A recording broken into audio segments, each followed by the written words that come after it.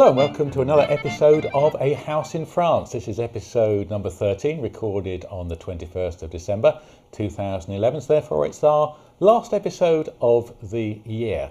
And we've certainly enjoyed doing these roughly monthly episodes as we've gone through the year. Now, as always, I am joined in the studio by my co-host, Lloyd Arrow. Lloyd, welcome and thanks for joining. Bonjour and welcome to the show. And before I forget, right, I meant to mention this last time. It's the France show that's on the 13th to the 15th of January, and that's in my diary already. And if you're interested in France or anything to do with France, property, cuisine, it's not just about property, and it's called thefranceshow.com. And worth a look. Tickets are on sale. And they're almost buy one get free at the moment, I think, because it's only a few weeks to go. Oh, right. Okay, so good time to do it. Not sure if I am going to make it this year. Or next year, I should say. Right. Now, normally we are lucky in that we have Peter with us, who does the behind-the-scenes pushing of the buttons, etc., for the show. Unfortunately, he has a sort of an excuse. He's moving house today. So he couldn't join us. So we're going to be doing all the switching from a keyboard in front of us. So if you see us or see me looking down and trying to find a key, that's why, as I'm stumbling trying to do the mixing rather than have our expert producer do it for us. So apologies in advance if we get anything wrong as we go through the show. Now, you're having a house built in France. You have said several times on this show, end of the year. There's 10 days to go. It's not going to happen. Right. Am I surprised? The long and short of it, it's not going to happen. But then, in a way, we weren't surprised. But right. You know how these things are in France, in Europe, mañana, and it's close. It's close. The walls are in, internal walls are in. The plastering's been done. The next stage, the electric's been done as well. Next stage is the plumbing and the tiling. And there's the outside of the building, which is being screed, or what they call grep, and that's it. Then we have to do everything else after that.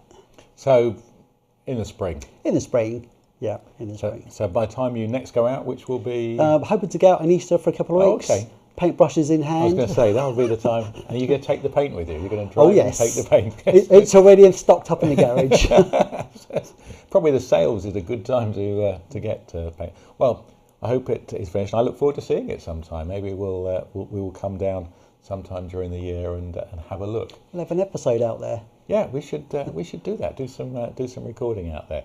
Not sure if you're going to have the equipment to do it no, live, but we can handy cam. All right, but we'll do something. All right. Now I got a phone call from my mother, who is a source of all information of things for our family, extended family, to find out that my cousin was buying a house in France. And as he only lives 10 miles away and he hadn't talked to me about it, I thought, oh, it's a bit strange. And he hasn't been watching the show, which is my own fault. So he's buying it just north of Limoges, and which is probably about 90 minutes away from us. So that'll be quite good. And he came over and we had to give him a crash course in some of the key things that we've been talking about on the show. But the other good thing, though, is that he's taking a whole lot of stuff down there, hiring a van, so I'm going halves with him on the van hire.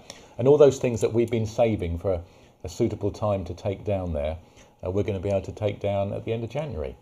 So the huge double bed that we've got in a small spare room, etc., will at last be out of the house here and where it should be down in France. Yes, one of the things we mentioned there was a house in France, and he's not watched any of the episodes. No. So what sort of key things did you sort of advise him on? To watch the episode of A House in France was number one. But we spent a couple of hours just talking over some of the key things, things like some of the simple things like, if you're going to be going on the ferry a lot, join the Brittany Ferry Owners Club. Save a lot of money. If you're going to be hiring a car a lot, get the annual car rental insurance, which saves a lot of money. But also, more important things like the inheritance laws and what you need to do to either to protect yourselves against the different laws in France, or to at least understand what will happen.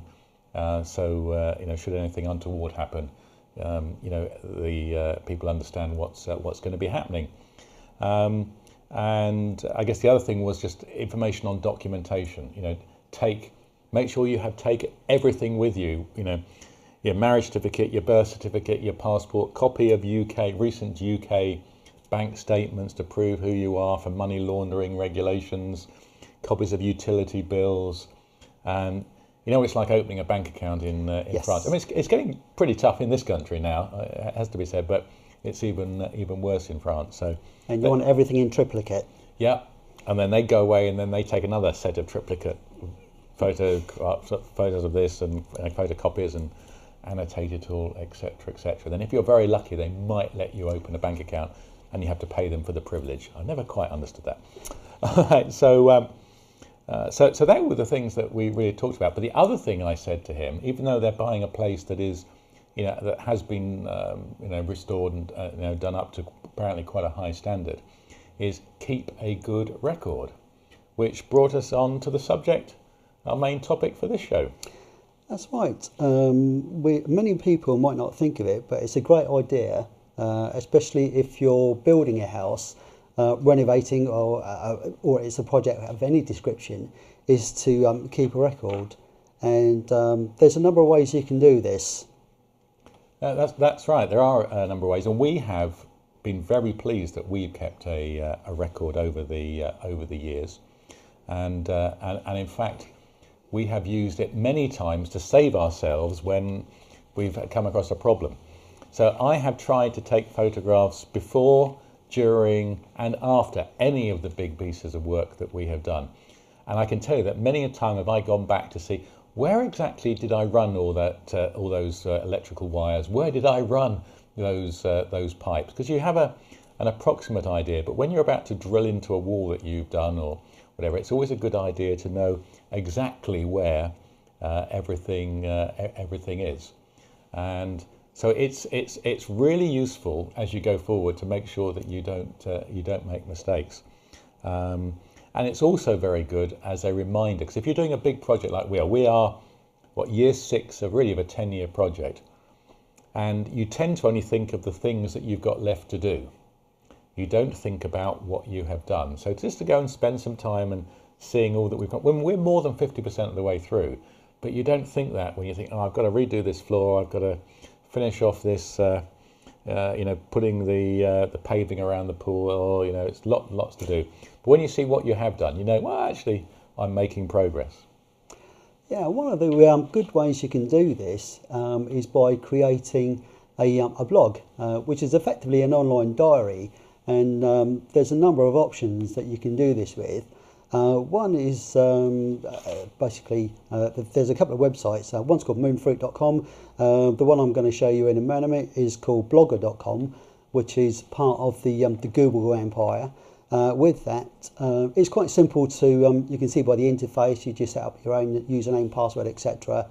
And with that, you can pick up some templates which are on there by default. There's a number of options with that, and it's free. You can use the ones that are there, or you can set up your own, whichever you prefer.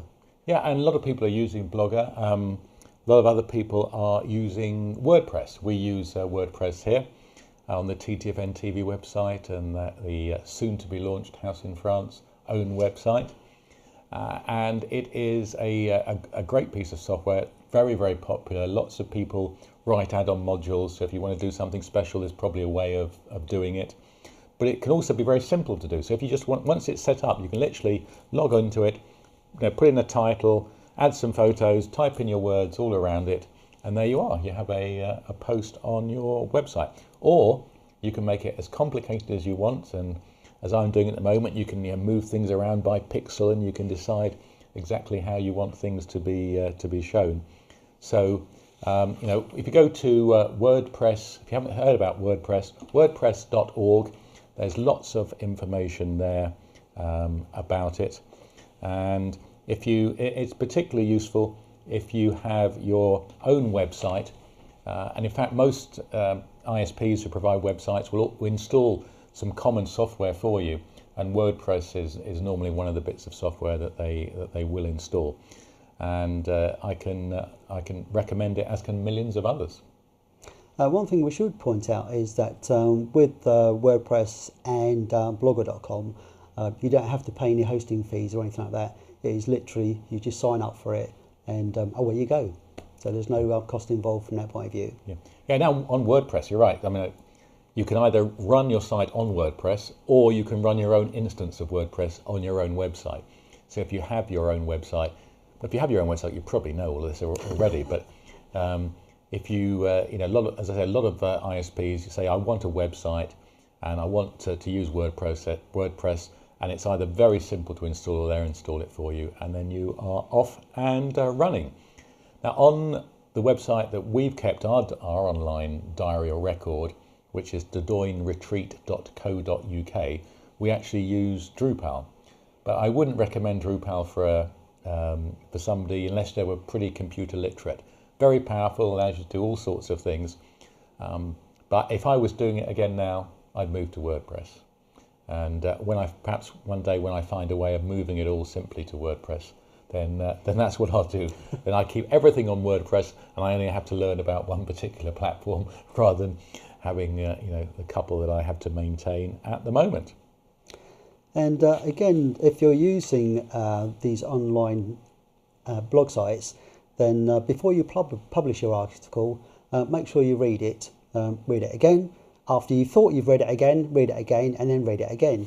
The amount of times that you see stuff that's been written and published, and you read it, and you think, actually, the amount of mistakes that are in there are just unbelievable. So with that, get it checked, and it makes so much better reading. And what I find is you have to come back to it the next day, because when you write something, you know what it's meant to say. So even now on the website, there are spelling mistakes. I mean, spelling mistakes are, it underlines them, right? There's and you still sort of miss them. You read it through, yeah, that's what it says, and really you're scan reading, and you're not reading it properly. So come back the next day and read it again.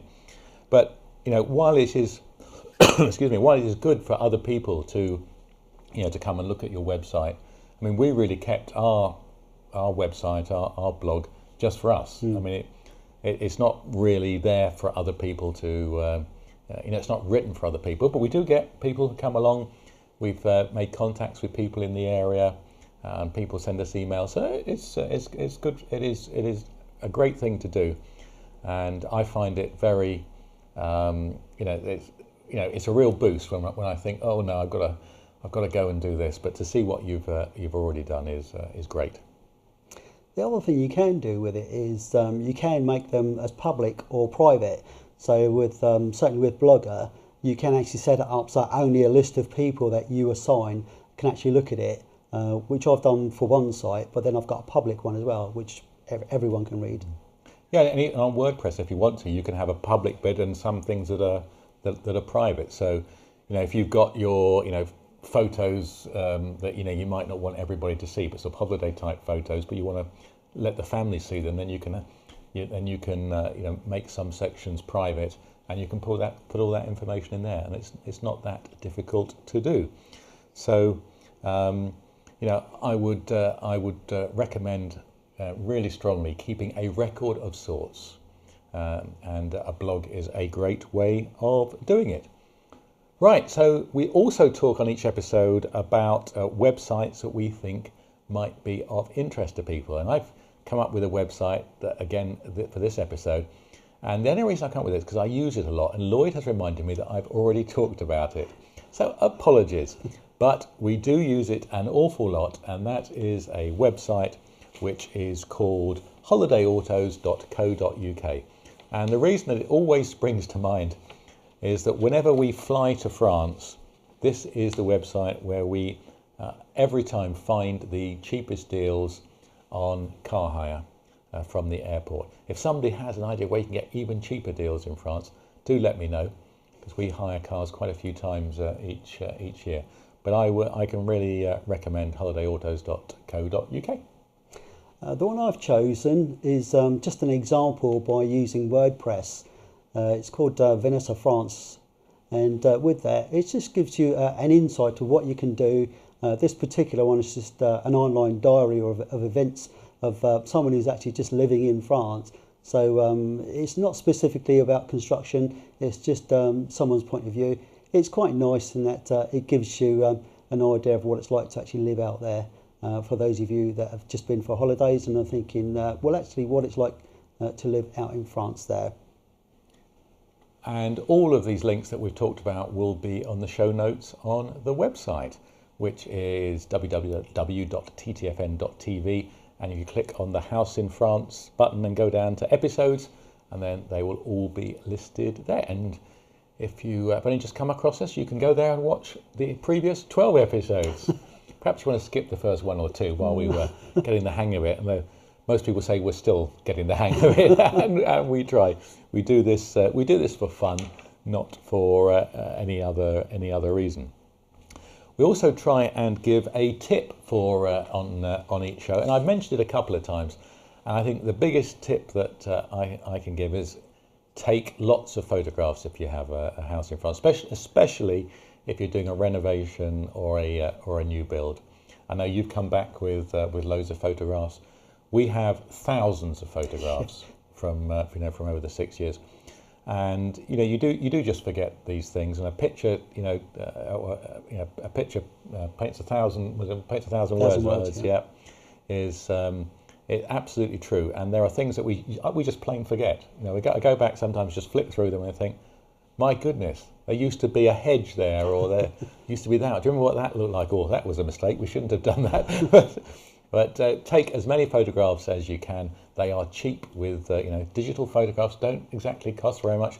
Just keep a record, put some onto your blog or your website, but just keep the rest as reference. I have used them for things such as finding the model number for the UV pump that we've got installed on the swimming pool, because I could zoom in and actually find it because I wasn't there. I needed to find the number of it. Finding the what type of carburetor we had on the sit-on lawnmower, because I had a picture and I could zoom in. So they're just, you never know when you're going to need the information. So I would say take lots and lots and lots of photos, and when you think you've taken enough, take some more. You can never take too many. That's the crux of it. And well, that's it for this episode of A House in France. And we hope you have a great Christmas and New Year. And from us, it's a joyeux Noël. Un bon année, and we'll see you in 2012. Bye-bye.